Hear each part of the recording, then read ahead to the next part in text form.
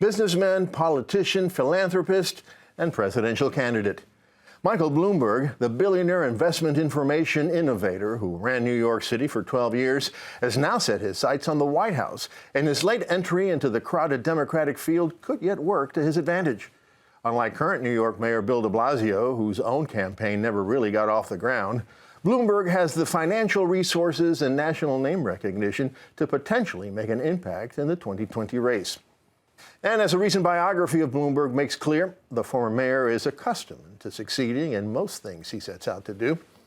The Many Lives of Michael Bloomberg by Eleanor Randolph traces Bloomberg's path from his modest Jewish middle-class upbringing in Medford, Massachusetts, to his surprising admission into the Ivy League, to his formative years on Wall Street, where he developed the technology that revolutionized the world of trading and made him one of the richest men in the world.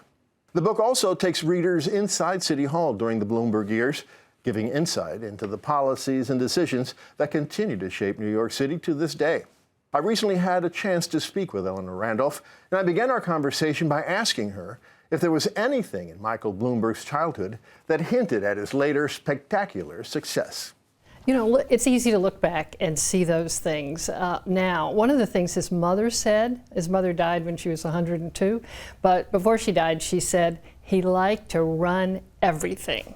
And that sounds familiar going through all 77 years, you know. Yeah. He told people, you know, I never want to be on a board, I always want to be the head of the board.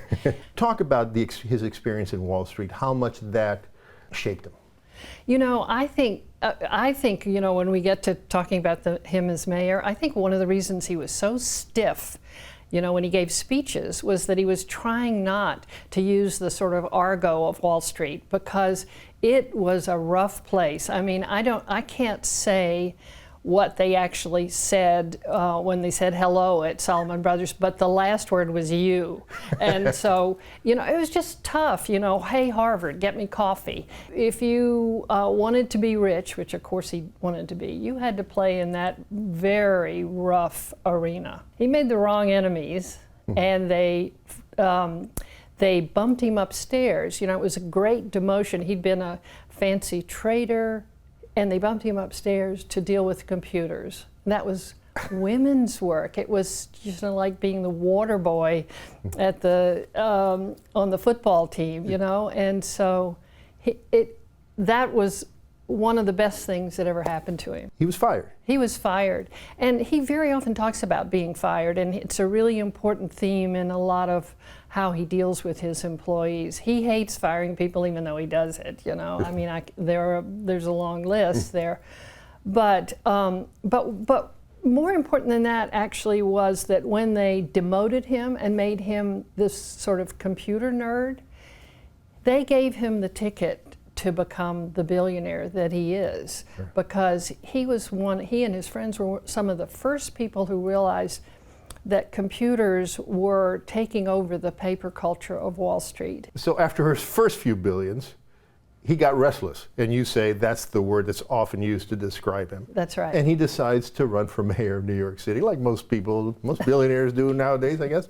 What was the reaction in the business world, the political world, and among New Yorkers when he announced that he was running? People thought it was just goofy, you know. I mean, and the political class, I have to say I was probably one of them. People just thought, you know, this guy's going to spend a ton of money, all our friends are going to get rich, and, you know, then he'll disappear.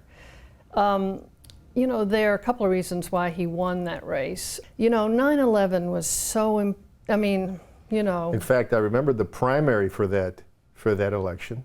Me too. Was on September 11th, 2001. That's right. It was. It had to be done over again, but that was the day. That's right. And it, you know, I mean, every New Yorker knows where you were at that moment, and it seemed to me that the city was kind of shaken.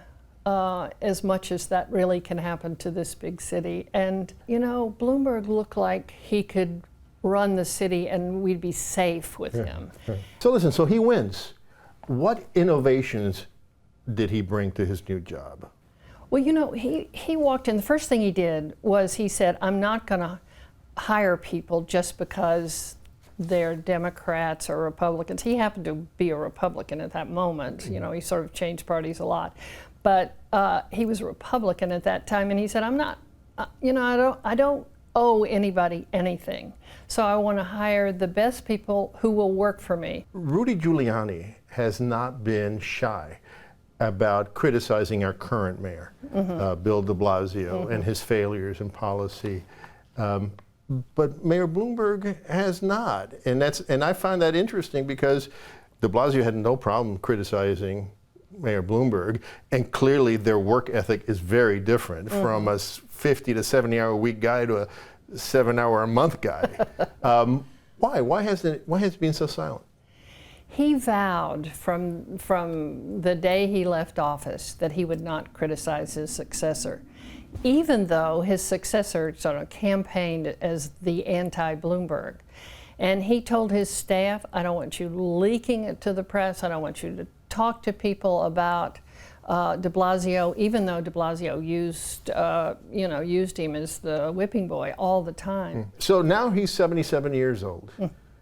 Are we done with many lives of Michael Bloomberg? Is he no longer reinventing himself? I think what he wants to do right now, he wants to make sure that either Donald Trump is not reelected, or Trumpism has you have an alternative to it. And he is on climate change, guns, a lot of other, certainly the environment. He is really trying to be the anti-Trump. And so he can do that. So we call him the Obi-Wan Kenobi. Well, Eleanor, the book is The Many Lives of Michael Bloomberg. It's a great read. Thank you so much for joining us today to talk about it. Thank you. I enjoyed it.